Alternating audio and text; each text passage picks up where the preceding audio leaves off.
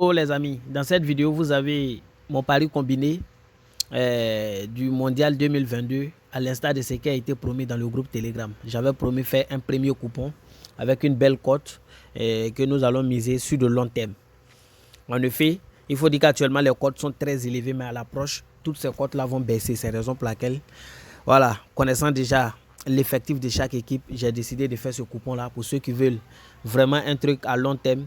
Ils peuvent miser ne serait-ce que quelque chose, voilà, pour commencer à préparer les fêtes de fin d'année. Voilà, ce coupon là, j'ai pris 3 jours pour le faire. Donc je pense qu'il est assez safe, il est assez vraiment probable que ça passe sans difficulté.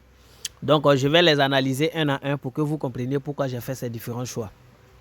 Le premier match, c'est entre Portugal et le Ghana. Voilà, le Portugal, d'abord je vais parler de l'effectif. Voilà, c'est une équipe dont l'ensemble des joueurs évoluent dans les grands championnats en Europe. Et la troupe sera encadrée bien sûr par Cristiano Ronaldo qui va accompagner le groupe au Qatar.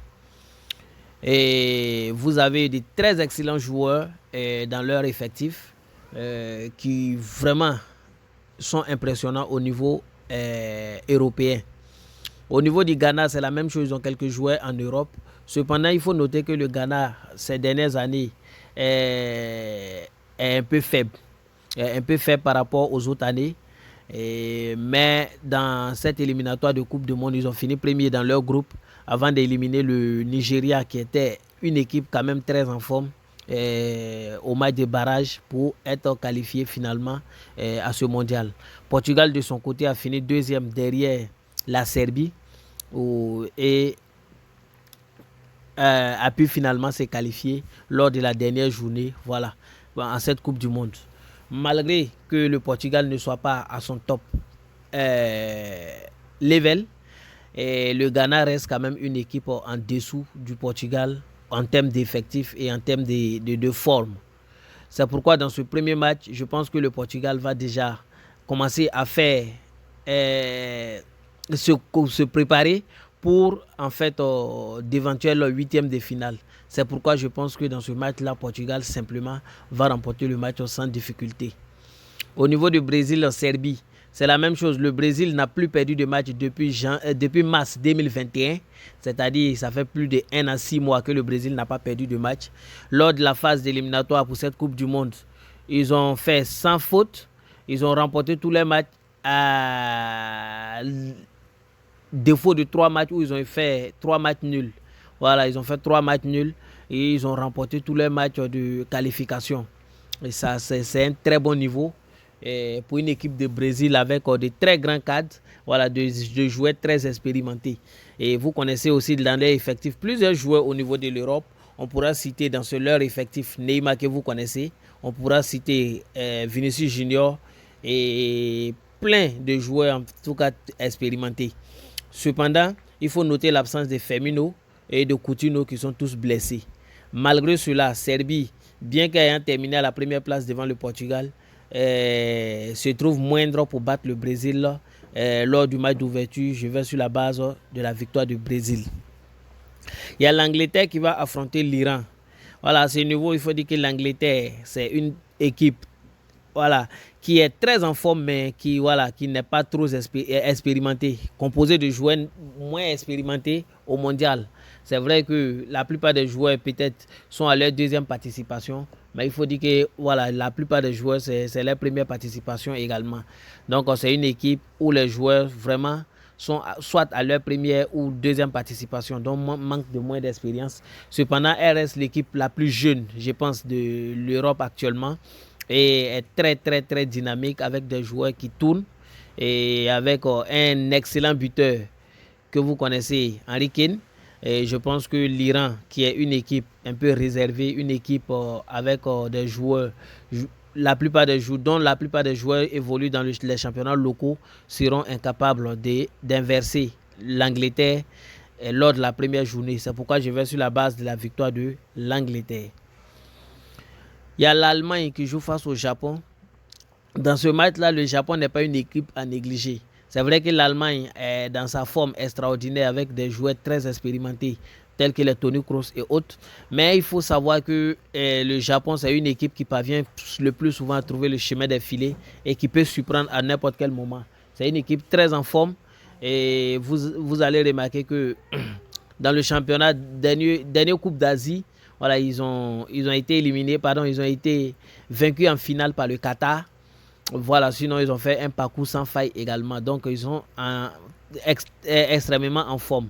Contrairement à une équipe d'Allemagne qui depuis 2018, voilà, peine à se retrouver véritablement. Donc c'est pourquoi je pense que dans ce match, moi je pense que les deux équipes vont marquer et Allemagne va gagner. Mais pour minimiser le risque, je suis allé sur la base de 2 buts plus. Et on est remboursé en cas de 2 buts exactement. Danemark face à Tunisie. La Danemark face à Tunisie. Pour ce match d'ouverture, il faut dire simplement que Danemark, c'est l'équipe voilà, d'Europe qui nous a tous surpris depuis 2019, bien sûr. Voilà, en battant les grands de l'Europe. On se souvient de leur dernière sortie, aller-retour face à la France, bien sûr. Voilà, c'est une équipe vraiment avec des joueurs qui ont envie de jouer, des joueurs qui veulent avancer et plein de joueurs aussi expérimentés qui évoluent au niveau de l'Europe. En termes d'état de forme, ils sont très en forme qu'une équipe de Tunisie qui peine voilà, à vraiment se redresser. C'est vrai que la Tunisie, c'est une équipe à ne pas négliger. C'est une équipe qui fait son petit bout de chemin, mais sera incapable de battre le Danemark sur ce premier match le 22 novembre. C'est pourquoi je vais sur la base du Danemark à ce match d'ouverture. Il y a l'Espagne qui joue face à Costa Rica. Ça, c'est le jour et la nuit. L'Espagne a retrouvé sa forme de 2010. Il y avait de 2008-2010 avec un milieu de terrain que vous connaissez bien. Voilà, Busquets, Gavi et l'autre dont j'oublie le nom bien sûr. Bon, c'est pas trop important, mais il faut dire que c'est une équipe qui a retrouvé son jeu habituel avec ses 1-2. Voilà, avec de très grands cadres évoluant à Barcelone et au Real de Madrid. Et voilà, avec des joueurs très expérimentés, bien sûr, face à une équipe de Costa Rica qui, plus ou moins, voilà, même lors des dernières sorties, n'arrive pas vraiment à satisfaire son public. C'est pourquoi je pense que dans ce match-là, simplement, Espagne va gagner et il aura plus de 2 buts dans le match. On va aller au niveau du Mexique-Pologne. Entre le Mexique et Pologne, ce qu'il faut savoir, c'est que Pologne, c'est vrai qu'ils ont un grand attaquant que vous connaissez qui est Robert Lewandowski. Dans ce match, je pouvais donner un but à Pologne parce que chaque sortie de Pologne, à chaque sortie de Pologne, ils arrivent quand même à trouver le chemin des filets, même quand ils perdent le match. Mais nous sommes en face d'une équipe très dynamique, une équipe très assise au niveau défensif et offensif, ainsi qu'au milieu du terrain, qui est Mexique. Mexique, c'est une équipe qui encaisse moins, c'est une équipe qui n'encaisse pas beaucoup de buts, mais qui parvient à trouver le chemin des filets. C'est pourquoi je pense que dans ce match-là, d'ouverture, ils ne vont pas perdre face à la Pologne. Je suis parti sur la base de la victoire au nul de Mexique. Il y a France qui joue face à Danemark. Et dans ce match-là, le 26, c'est la deuxième sortie de Danemark, bien sûr, et la France également. Ce que je donne ici, c'est 2 buts parce qu'en fait, en réalité, dans ce match-là, il aura 2 buts, il aura un but partout au minimum. Je sais que Danemark va trouver le chemin des filets et la France aussi va marquer dans ce match. C'est pourquoi je suis allé simplement sur la base des deux équipes vont marquer parce que c'est le même niveau de forme et avec de très beaux attaquants, des attaquants très jeunes et dynamiques. Quand il est jeune, voilà, je vais parler de l'autre côté ici de Mbappé et puis en France, je vais parler notamment de Mbappé et Dembélé qui ont tous été convoqués. Voilà, ça fait plaisir. C'est vrai qu'avec un Giroud qui, lorsqu'il est en équipe nationale, voilà, vraiment fait jouer l'équipe. Danemark, de son côté aussi, est une équipe qui parvient toujours à trouver le chemin des filets, qui est très forte au niveau de l'Europe. Et ces deux équipes européennes, ils se connaissent. Je pense qu'ils vont trouver tous le chemin des filets. C'est pourquoi je suis allé sur la base des deux vont marquer. Il y a Belgique face à Canada. Ici, il faut savoir que le Canada, ces dernières années, nous a surpris avec voilà, de très hauts cadres, de très beaux joueurs, de très bons joueurs talentueux. Mais la Belgique reste quand même une équipe très expérimentée, une équipe avec des joueurs très évolutifs, avec des joueurs qui ont envie d'avancer, des joueurs qui ont vraiment la rage. Et c'est pourquoi je pense que dans ce match, simplement, Et Belgique peut gagner le Canada 2-0, 2-1 ou encore 3-1, 3-2. Voilà, c'est pourquoi j'ai dit au moins une équipe va marquer 2 buts dans ce match, car cela est fort possible et très facile. Il y a le Sénégal qui joue face aux Pays-Bas. Ici, en réalité, et vu que Sadio Mané est fort probable de marquer et de rater la première rencontre, je sais que le Sénégal ne pourra pas tenir face aux Pays-Bas. Simplement, je sais que le Pays-Bas va battre le Sénégal. Le Pays-Bas qui est une équipe très réveillée actuellement avec un très bon milieu, je vais dire offensif. Et ils ont une défense très assise. Vous pouvez penser, quand je parle du milieu du terrain, vous pensez déjà à des joueurs comme Deli, Mati Deli, des joueurs comme Frankie De Jong. Et au niveau de l'attaque, vous voyez déjà des joueurs comme Memphis Depay et autres. Donc, ça pour vous dire que c'est une équipe quand même qui est très en forme avec des joueurs vraiment très expérimentés au niveau de l'Europe. Et Sénégal aussi, il y a beaucoup de joueurs expérimentés, mais la plupart évoluent en France, voilà, dans le championnat français. Donc, au regard de tous ces paramètres, avec la possible absence de Sadio Mané lors de la première journée, je pense que Pays-Bas va les battre. C'est pourquoi moi j'ai minimisé en donnant au moins un but à Pays-Bas dans ce match. Belgique-Maroc. Dans ce match également, c'est la deuxième sortie de Belgique. Et voilà, face à une équipe de Maroc qui n'est plus trop constante depuis le départ de leur entraîneur, Hervé Renard. Et je pense que la Belgique est au-dessus, largement même, très très au-dessus du Maroc. Et pourra battre Maroc sans énorme difficulté. C'est pourquoi je suis allé sur la base de la victoire de Belgique dans ce match. Pays-Bas-Équateur.